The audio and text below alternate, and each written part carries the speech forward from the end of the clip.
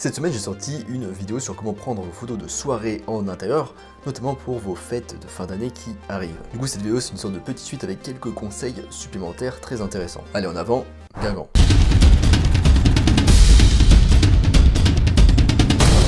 Avant de commencer, je vous rappelle qu'en description, vous pouvez retrouver l'information gratuite sur les bases de la photographie. Alors, utilisez l'angle hollandais. Alors, l'angle hollandais ou incliné est une technique photographique que vous pouvez utiliser pour avoir un rendu un peu plus décalé dans vos photos. Les angles hollandais donnent à vos photos une impression de dynamisme et de vie. Enfin, ça dépend du contexte, mais pour les fêtes, du coup, c'est le cas normalement. Et pour les plus cinéphiles d'entre vous, Terry Gilliam, notamment connu pour les Monty Python, Brasil ou encore l'armée des deux singes, adore utiliser cet angle dans ses films. Lui, c'est plutôt du coup pour le côté décalé, chaotique et confusion. D'ailleurs, si cet angle est mal géré en photo soirée, ça peut donner du coup cet effet un petit peu de confusion qu'on cherche pas vraiment à la base. Une fois que vous avez pris le coup de main, vos photos ont l'air plus amusantes et vivantes. Et c'est ce qu'on cherche à retranscrire pour les photos de fête finalement. Vous pouvez même parfois obtenir de meilleurs angles de vue pour vos sujets en utilisant du coup l'angle hollandais. Capturez du coup des traînées lumineuses sur la piste de danse. En contrôlant le moment où le flash de l'appareil photo se déclenche au moment de l'exposition, vous pouvez créer du coup des traînées lumineuses qui vont retranscrire l'ambiance de la fête. En contrôlant le moment où votre appareil photo déclenche le flash pendant l'exposition, vous pouvez capturer des traînées lumineuses qui transmettent l'esprit de la fête de manière créative.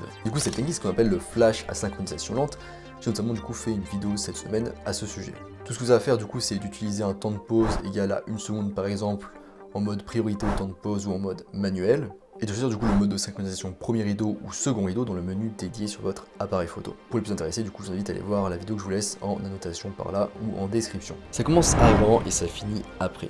Une fête, ça se déroule en 3 étapes. On a du coup l'avant-fête, donc la préparation, ensuite on a la fête, et enfin on a du coup la fin de la fête avec les adieux, les au revoir et le rangement. Alors pensez à photographier le lieu, les décorations et la table et plein d'autres détails très beaux avant l'arrivée des invités. Vous serez du coup en plus au calme et vous pourrez prendre tranquillement vos clichés, faire différents tests d'angle de vue par exemple. Pensez du coup aussi à prendre les adieux, les au revoir et aussi la table saccagée et le papier cadeau déchiré gisant sur le sol. Et oui, une fête, c'est tout ça aussi. Donnez l'appareil photo à quelqu'un d'autre. L'avantage principal de laisser votre appareil photo à quelqu'un d'autre, c'est que les gens réagiront différemment à la personne qui est derrière l'objectif. En plus, c'est toujours intéressant d'avoir le point de vue de quelqu'un d'autre, mais bien sûr, il faut que vous ayez confiance en cette personne pour pas qu'elle abîme votre matériel. Et en plus de ça, vous allez pouvoir profiter un petit peu tranquillement de la fête, voire même apparaître sur quelques photos, mais vous essayez peut-être depuis le début d'y échapper d'ailleurs. Demandez par exemple à quelqu'un d'agréable visuellement de prendre des photos, vous pouvez peut-être obtenir des réactions différentes des gars ou des filles de la soirée, pas que vous soyez moche. Demandez par exemple à une personne très grande de prendre des photos, vous aurez un point de vue très différent sur la situation. Ou demandez éventuellement à un enfant un petit peu dégourdi de prendre des photos.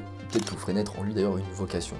D'ailleurs, si vous avez un ami timide, lui donner l'appareil photo lui donnera l'occasion d'interagir avec les autres personnes de la fête et changera pour lui complètement la dynamique de la fête. On arrive du coup à la fin de cet épisode sur quelques conseils pour photos de fête en intérieur. Je rappelle qu'en description vous pouvez toujours retrouver l'information gratuite sur les bases de la photographie. Moi je vous laisse ici à vos photos de soirée et je vous dis à bientôt sur internet mondiaux.